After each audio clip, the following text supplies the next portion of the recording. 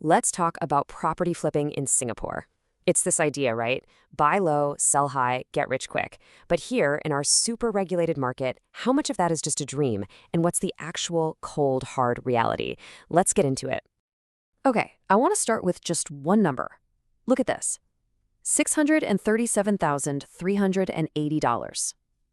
Let that sink in for a second. What do you think that is? A down payment on a condo, maybe? The price of a shoebox apartment? Nope. It's actually the profit from one property sale. And get this, it was made in a single day. Yeah, you heard me right. One day. Someone bought a place and sold it the very next day for over $500,000 in pure profit. Now, this isn't some urban legend. It really happened, but it was in a totally different era. So the big question is, can you still make that kind of crazy money today? All right, so to really get what's happening now, we have to jump in our time machine and go back to what people call the golden age of property flipping in Singapore, a time when the game was played with a totally different set of rules. And check this out. These aren't just made-up numbers. These are real deals that went down. Look at the legacy. Someone walked away with over $780,000 in just 6 days. And there's that number we started with.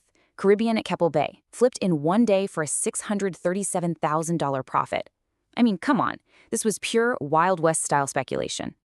So, you're probably asking, how on earth was that even possible? Well, this quote right here just nails it. It was a perfect storm, really.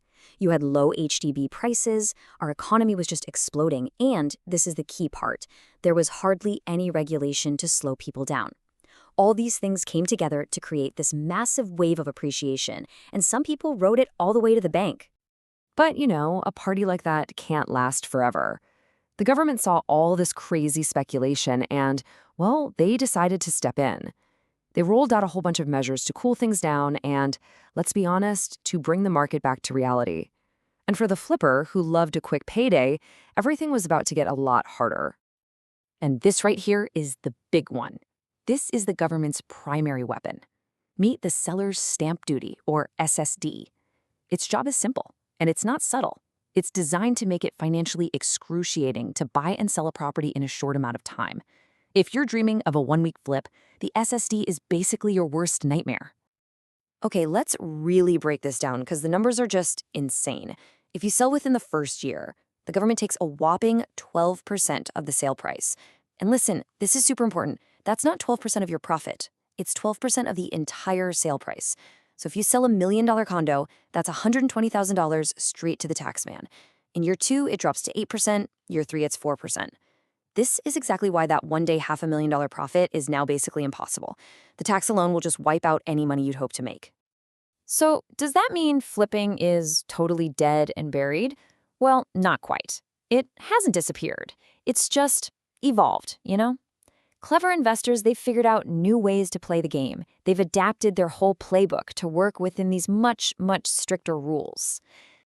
And today, the most popular way to do it is something called a subsale.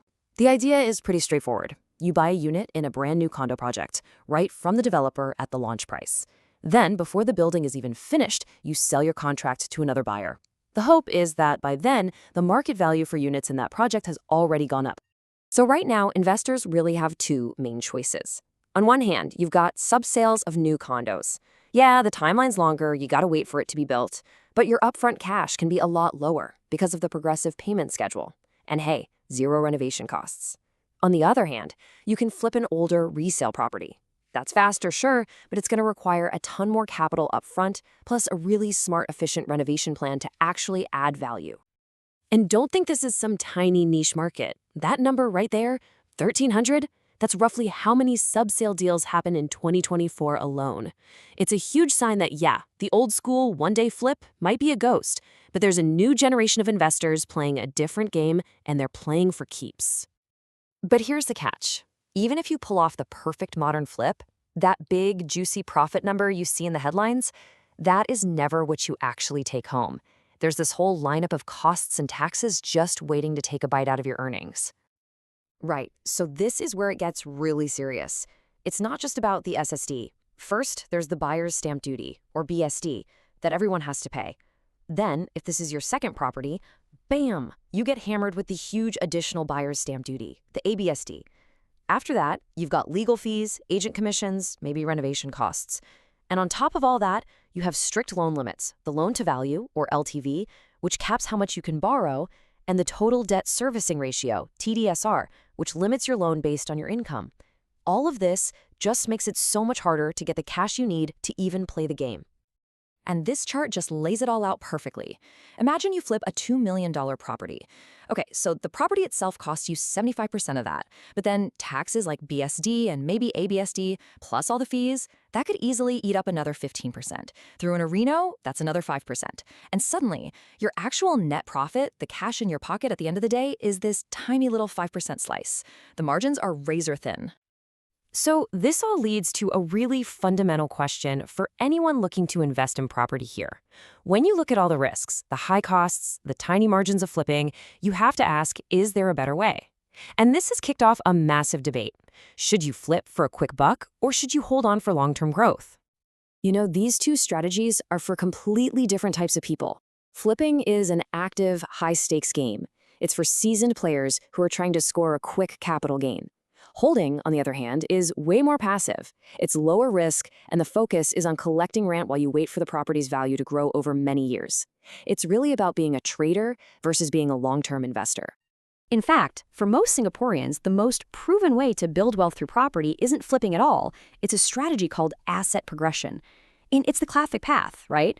You start by buying an affordable HDB flat, you live in it for the 5-year minimum occupation period, then you sell it, take the profits, and upgrade to a private condo. And you just keep going. It's a slow, steady, systematic way to climb the property ladder. Okay, so after all that, where does this leave someone who still dreams of being a property flipper today? With the market being what it is and the government always watching, what's the final verdict on this high-stakes game? Well, if you look at the data, you can see why flipping became so popular again recently. We had this incredible 36% run-up in prices since 2019, but look how much that growth has slowed down. And the forecast for 2025? It's all over the place, from a 3% gain to a 3% times loss. That kind of uncertainty plus rising interest rates means flippers have to do their homework like never before to avoid getting burned. And this whole thing is bigger than just one person's profit or loss. When you have a lot of speculative flipping, it can push prices up for everyone, making it harder for regular people who just want to buy a home to live in. It risks turning homes, a basic need, into just another financial chip to be traded on the market. And that can lead to some really dangerous bubbles. So let's wrap it up here. The Wild West days, the one-day, six-figure flip, they are long gone. They've been replaced by this really complex, really expensive game of subsales and strategic renovations. To win today, you need deep market knowledge, a lot of capital, and frankly, nerves of steel. Which really just leaves us with one final question for you to think about. In today's Singapore, is property flipping a high-stakes gamble, or is it a calculated risk you're actually willing to take?